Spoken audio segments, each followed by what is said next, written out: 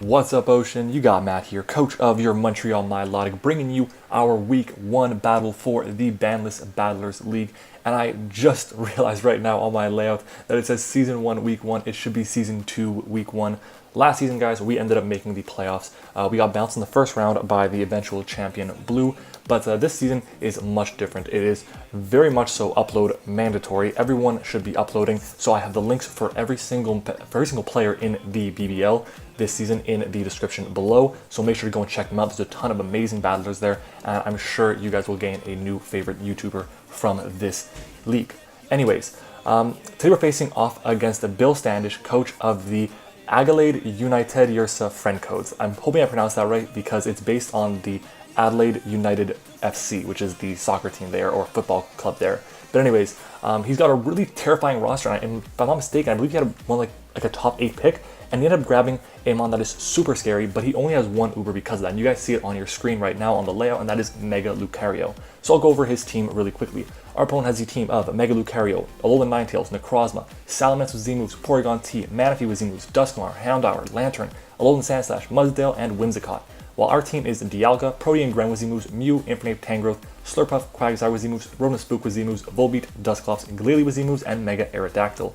So, looking at the matchup, I didn't feel kind of great about it because 1, Mega Lucario runs through my entire roster, 2, Veil runs through my entire roster, 3, Salamence with a Dragon Dance up runs through my entire roster, and Manaphy is just a huge problem, of course. Necrozma could be kind of an issue if it's a Trick Room set, and then Whimsicott is the most annoying mon out there, outside of Jirachi. But honestly, this is going to be a really interesting battle, so I'll go over the team that we are going to be bringing for this week's battle. So, to start off, we have Ozaru, our Infernape, which is 5th play this week.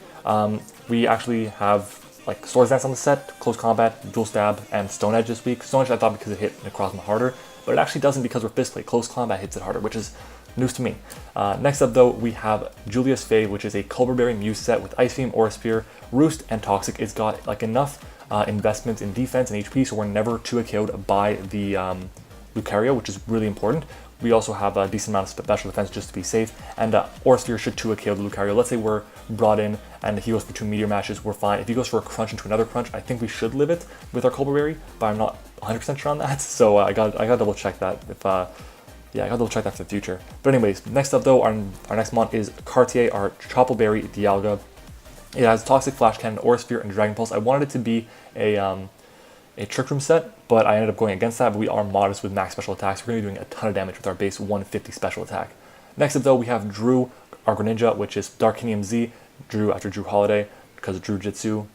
Yeah, that's my best, I guess, idea for a nickname. But it has Dark Pulse, U-Turn, Toxic Spikes, and Hydro Pump. I wish I had Ice Beam on this set because this game would be so much easier, but I really felt like bringing Toxic Spikes was important because he doesn't have a grounded poison type. So I want to have that around, and it'd be really good to chip down something like his Porygon and his Necrozma because those things are such a huge problem if I don't get set up with my next 2 mons. My next mon is Chopsticks, our Slurpuff. I don't know why that did that. Don't know why they did that. I'm going to try and figure it out. Give me a second. So I'll put this over here. Maybe that'll help. Anyways, so next up I said Chopsticks are Slurpuff. It is Citrus Berry with Unburdened. We have Belly Drum, Drain Punch, Play Rough, and Cotton Guard. We also have enough investments in our HP. Somehow, I don't know, somehow that we live a Meteor Mash with our Cotton Guard. So if I can go for Belly Drum, get back to 75%, and then let's say he is still in with a mon, he's gonna just sack it off. I hit Cotton Guard, and then he's like, oh shit. And that's pretty much the game is over as long as the Whimsicott is gone, because that thing can just paralyze me with Stun Spore. That's basically the big thing. Or, I guess, lock me in with Encore. Next up though, we have J. Cole, our Mega Aerodactyl, with the Aerodactylite, obviously, Home Claws, Stone Edge, Earthquake, and Roost. My play here is just make sure I get up a Stone Edge, or a Home Claws, and I click Stone Edge a bunch of times and just win the game, because his resist to Stone Edge and Earthquake are non-existent. Yeah, and I'm pretty sure +1 Stone Edge, +1 Adamant, max attack Stone Edge should OHKO most things on his team, 2-KO most things, and the things that resist it, like the Lucario, will just drop to an Earthquake. So that's that. But anyways, guys, let's go ahead and get right into the battle, because I mean, it's been quite long enough, and honestly, I'm pretty excited for this one because it was a really fun game, and I'm happy I was finally able to play against Bill. He's an amazing graphics artist, and he's honestly a really good battler and a really good guy, so make sure to go and check him out. Anyways, let's go ahead and get right into it. So, He has, what does he have? He has Mega Lucario, Whimsicott, Manaphy, Necrozma, Salamence, and Porygon 2, and there's a ton of big threats on this team, but I felt like leading off with my Dialga was the best idea because I could hit everything for at least neutral damage, and I can Toxic the Porygon 2 if you led with that. But he leads off with the Whimsicott, and this thing is pretty much a problem for me, so I want to get rid of it right away. Even if he's probably going to go for the U-turn, or maybe stunts for me, or do whatever, I have to go for the Flash Cannon here, and unfortunately he does go for the U-turn and switch out. We would have KO'd him had he stayed in, but it's whatever. He's now going to keep this most annoying Mon in there out of the game, but it's good we got an idea that it has U-turn. We're going to learn a bit about set, but he sends in now Gishki, which is his Manaphy. At this point, I wish I'd gone for the Flash Cannon, not Flash Cannon, but the Dragon Pulse or the Aura Sphere, because this only does about 25-ish%, and that's, you know what, that's not bad, seeing as it's a bulky-ish Manaphy, it looks like, and it's also resisted. I'll take 25%. But at this point, I can now go for the Dragon Dance, but the Dragon Pulse, as he goes for his Tail Glow. This is pretty big because obviously he's gonna be able to fire off a +3 attack at me. But the good news is that +3 Ice Beam does not KO me, and the fact that he's not a Z move because he revealed leftovers means that we're gonna be able to KO him next turn, and Carty will be able to pick up our first kill of the season. So whatever he goes for, if it's Surf, hopefully it's that. If it's Energy Ball, it's even better. But no, he's gonna go for the Ice Beam, and Ice Beam is gonna do a clean chunk of damage, bring us down from 197 all the way down to about 89, which is a lot of damage. But anyways, Dragon Pulse comes out, and Dragon Pulse is gonna be able to pick up our first kill of the season. So we're up 6-5 really early on, but this game is far from over. I'm expecting to go into his Porygon 2 here, but he actually goes into his Salamence. And this is where I was really worrying and wondering why I didn't bring the Shuckleberry, because I was debating with my front office between Shuckleberry and Choppleberry, and I wanted Choppleberry to deal with Lucario, potentially take a hit from full. Like I could take a close combat from a Lucario if we were like 75%. But I mean, the fact that this was my leader, was going to be my lead, I should have probably just been Shuckleberry, because if we were Shuckleberry, we would guarantee let this hit 100% of the time, unless he crit us, of course. But because we are Choppleberry, he actually has a role to KO us, which is, it's kind of crazy. It depends on his spread, obviously, but like if he's a Jolly Nature without any boosting item, then we should be able to KO him, or should be able to live a hit sometimes based on our investment. But we're at 89 HP. He goes for the Earthquake here, and Earthquake, how much is it going to do? Is it going to KO us? Because we can KO back with the Dragon Pulse. No, unfortunately, he does manage to pick up the KO on us, which really sucks. And he is Moxie because he did reveal that he didn't have the Intimidate, and now obviously the Moxie goes off. But I'm thinking he might be Choice Scarf. So because of that, I'm going to go straight into my Aerodactyl. Now, I don't know what he's going to go into, but I'm thinking he's going to go into something like the Whimsicott. So I'm just going to go for the Stone Edge. I really want to click Hone Claws here, but on the off chance that he was not Scarf when he was maybe Dragon Dance, then we would have probably lost right there because he was a Dragon Dance Moxie Salamence. But I go with the Stone Edge here. Thankfully we land. He is not Scarfed, and we will be able to obliterate this thing. So thank God. It ends up that he was a bulky Ment, and he said that he lived any hit from Aerodactyl that wasn't Stone Edge, which is crazy, or any rock move that wasn't Stone Edge. But he goes into his Wadapon here, which is his Whimsicott. I'm going to pause it again because this thing, I need damage off on it. I need to KO it, and the only way I'll be able to KO it is if I just get a lot of damage. So I'm willing to sacrifice the speed on my Mega Aerodactyl just to get off a Stone Edge on this thing. So that's exactly what I'm going to do here. So I click Stone Edge here. He's going to go for the Stun Spore, and yeah, hoping that we can pick up a nice chunk of damage on this thing. So we are paralyzed, and we break through, and we miss our Stone Edge, which really sucks, but what can you do? It's 80% accurate. That's just how it goes.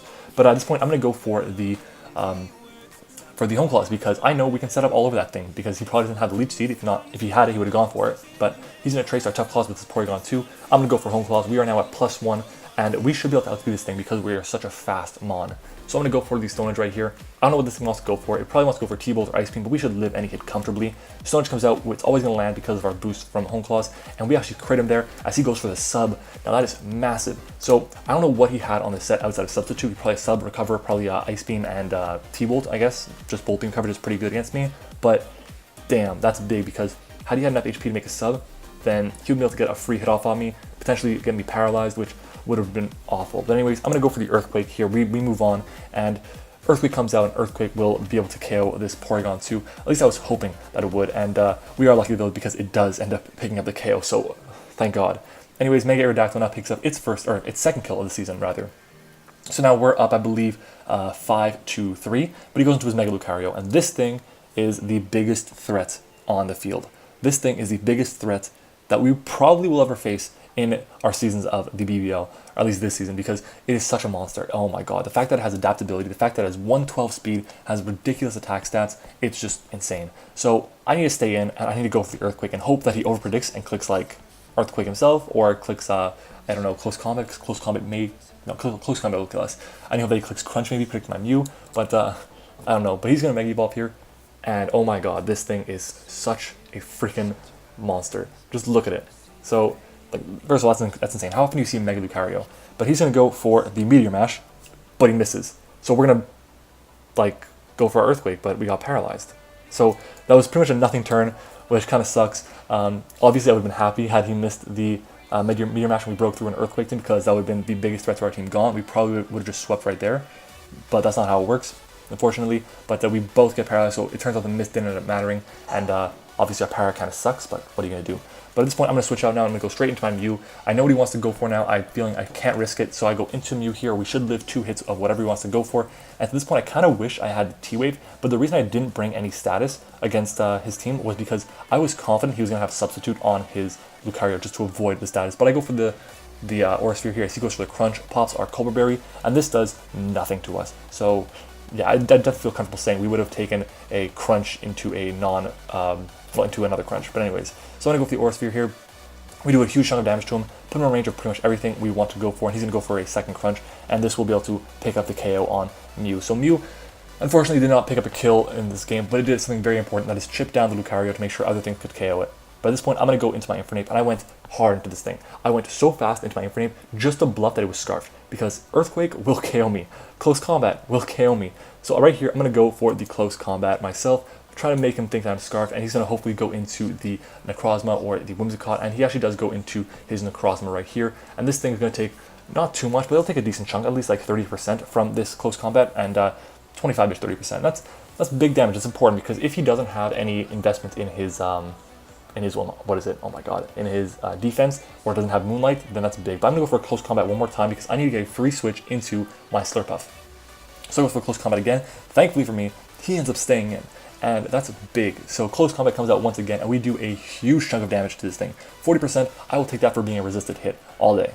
Anyways, at this point, I'm kind of worried about him being a potential Stun Spore, will potentially Stun Spore me, and I think he will Stun Spore me, but I can't go into anything right now. So I'm actually going to, no, I thought I was going to stay in. No, I'm going to switch out. I'm going to go into my Aerodactyl, predicting him to go for the Stun Spore once again. But right here, he does a smart thing, and he goes for the U-turn, and that's pretty big, because now he can go into his Lucario, and he can just fire off a Meteor Mash. So if I had stayed in, I would have got an extra chip on the Necrozma, which would have been very nice to have. But unfortunately, he's not going to be able to get a free hit off on my Aerodactyl and be able to KO us for sure. So Meteor Mash comes out, and Meteor Mash will KO my Aerodactyl, which it pretty much, it sucks, but what are you going to do?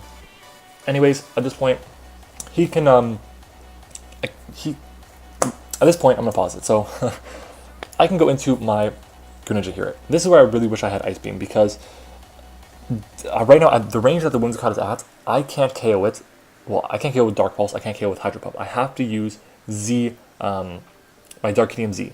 And if I don't, then obviously he'll stay alive. But if for some reason he lets go of the Necrozma without letting me have, like, the if he lets go of the Whimsicott, then I'll be able to use my Darkinium Z on the Necrozma. And I'm really worried that that thing is Cobra Berry, because he didn't reveal the leftovers or anything like that. So that's what I'm thinking. So right here, I am forced to go for the Hydro Pump. I want to go for the Black Hole Eclipse here, but I can't. I have to go for the Hydro Pump, and then this is where I'm also really wishing I had Surf over Hydro Pump. So I'm going to go for the Hydro Pump right now. Our Protean is going to activate, and hopefully we land this hit. So Protean comes through. Will we land this hit? Yes, we do. Thankfully, and down goes Lucario. This is huge for us, because had this thing dodged our hit, we would have lost the game right there, which would have been massive. But it's okay. He goes into Water Pond again, which is his what is this thing called? His Whimsicott, and I know that because I'm no longer a Dark type, he can go for a Stun Spore freely on me, because Prankster is no longer in effect, or like the nerfed Prankster is no longer in effect. So I go into my Infernape, because it's the one mon that I have left that I'm okay with getting paralyzed. So Stun Spore comes out, he's gonna land it, whatever, no big deal. And at this point, we basically just have to fire off close combats until this thing just drops, or until something drops, and we just have to pick up an extra chip on it. That's all we have to do. So my goal right now is I have to just attack, make sure this thing dies, set up with my Slurpuff, and then go for game. The only way we'll lose this game is if we get paralyzed with our Slurpuff on the Stun Spore, basically, or if he reveals to be like a setup set with Trick Room or whatever. But he's gonna go for the Earth Power here, and this is going to do a decent chunk of damage to me. Like, thankfully it doesn't KO us, because I can actually go for a setup on my my Slurpuff. Like, well, I'll be able to get damage on this thing, and then be able to set up with my Slurpuff rather. So he's gonna do he's going to take some chip from us. And now he does something really weird. I thought he was going to KO us, but no, he just sets up Stealth Rock. So, I mean, that makes sense. It's fair. Now that if I go into, let's say my Slurp Up was a, Focus Sash set, then now we wouldn't be able to have our Focus Sash intact, which it's a good play. It works also for our Greninja in case that is sashed. So, pretty important. But right here is going to reveal a berry, and it is not a super recovery berry, it is just a plain old citrus berry, which actually puts in a lot of work. It's very helpful for him because it does get him over half, but he goes for the Moonlight now, and the Moonlight will recover him back to full HP. I'm thinking, you know what, that's fine, I can just keep on attacking, do as much damage to this thing as I possibly can, and eventually he will kill me. Eventually I also get paralyzed, which it would suck if it happened, it probably will happen, but I just need damage. I just need the damage because I'm pretty sure I don't KO a max defense, max HP Necrozma with a +6 play rough. I could be wrong, but I'm pretty sure about that. But finally, he does KO me. So down goes our Infernape. He's around 75-ish HP, or percent rather, and I can now go into my Slurpuff here. We live a Photon Geyser from a no special attack Necrozma, no matter what. And this is the big thing here. I go for the Belly Drum. It's going to take away half our HP. We have our Citrus Berry. We will be in range to proc it, and we will activate it, which means that our Burden will activate as well. So Citrus Berry comes up. We gain back 25%. We go back up to, 104 HP. He's going to go for the Photon Geyser, and Photon Geyser is going to do so much damage. Look at this. It brings us down all the way down to 16. That's a lot of damage there. Thankfully, we didn't take 2 hits of rocks before he came, because we would have dropped that. But Play Rough comes out, and Play Rough will obliterate the Necrozma. So we're looking good here. All we gotta do is make sure that this damn Whimsicott does not paralyze us with Stun Spore. He can go for Stun Spore. If he misses, we win. If he paralyzes us and we don't get fully powered, we win. If he paralyzes us and we get fully powered, then it becomes a little tough. So what happens? Stun Spore lands. Do we get full powered? Yes or no? Is it? Yeah. That's massive. That's absolutely massive. Damn. I'm not gonna lie, it sucks. It really does, but I would, like, we got pretty lucky with our paralysis on the Infernape. I think we got paralyzed 0 times, or maybe once at most. Our Aerodactyl got paralyzed once. So we got a crit on the Porygon. So it's fine. It sucks. It sucks. We would have just won the game right there. Slurpuff would have swept the game, but now it looks like we're going to pick up a loss. Like, all I needed was damage on this thing as well, because since I don't have any damage on this thing, basically what I have to do is just, well, I don't know. I don't know. So it's 1-1 left. He's got his Whimsicott. I have my Greninja. He is actually out of range now for my Greninja's Black Hole Eclipse. If I had Ice Beam or Z Ice Beam, we would have won the game. But looking at this, I have one option. I have to go for the U-turn first and pause. I have 2 options actually. I'll put it that way. So I can go for the U-turn right now, and then go for the Black Hole Eclipse and play the roll game. Or I can go for the Hydro Pump, hope I land, which then he would be guaranteed in range of the Black Hole Eclipse. So which is my play? This game has been pretty hacksy, so I don't trust the fact that I have to go for a Hydro Pump to try and win the game here. So I'm going to go for the U-turn here. The reason I'm doing that is because in case he wanted to go for the status, which he probably wouldn't because we're a Dark type, he would have to go for the Moonblast. So I go for the U-turn here, we now won't die to the Moonblast, and now he's in range of the Black Hole Eclipse, which is massive. It's going to be a high roll that we're going to have to get, but it's okay. He's going to go now for a Moonblast or a Stun Spore, probably a Moonblast. He has no reason to go for the Stun Spore. I'm going to go for my Z move. Here comes the Black Hole Eclipse. Are we going to be able to pick up the KO on this thing and pick up a 1-0 win to start our season? Or will we drop to 0-1 with a -1 differential? How's it going to go? We get our Protean, we turn back to Dark type, we get stabbed on this thing, Black Hole Eclipse comes out, and this is going to hurt him no matter what. It's going to be big, just hoping that we can manage to pick up the KO. So I'll be silent, I'll let you guys know what happens.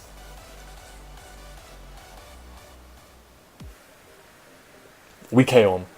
Boom. But we crit. Now, we pick up a 1-0 win here. So, before I say GG, that crit mattered. 100%. He was a max HP Whimsicott. So that's big. That's really, really big. Because he would have been able to KO us with Moonblast there. He went for the Moonblast, obviously, because he didn't go for a priority move. And it's massive. It's absolutely huge. So, GG to Bill. We hacked him out of a win, basically. But at the same time, it was a ton of hacks all around. whether it was missed moves or paralysis, or he was banking on powers and not getting them, and he got it when it mattered. And basically, it was a really weird game all around, but it was a fun time. I'd enjoy my time playing against Bill. He's a great guy. He was very stand-up. He was very cool about it. It's like, it happens. That's the game. And yeah, so GG, man. It was a lot of fun playing you. Hope you have a really good rest of the season in the BBL. You have a really scary team, and I thankfully do not want to play it again, or hopefully don't have to play it again. Anyways, thank you guys for watching. If you enjoyed it, guys, make sure to let me know by leaving a like on the video and commenting in the comment section. And you know what? If you guys really loved the video, make sure to subscribe to the channel for more amazing Draft League content, and hit the bell icon next to my name so you get notified whenever I post new videos. Thank you guys so much for watching. I hope you enjoyed it, and I will see you all next time.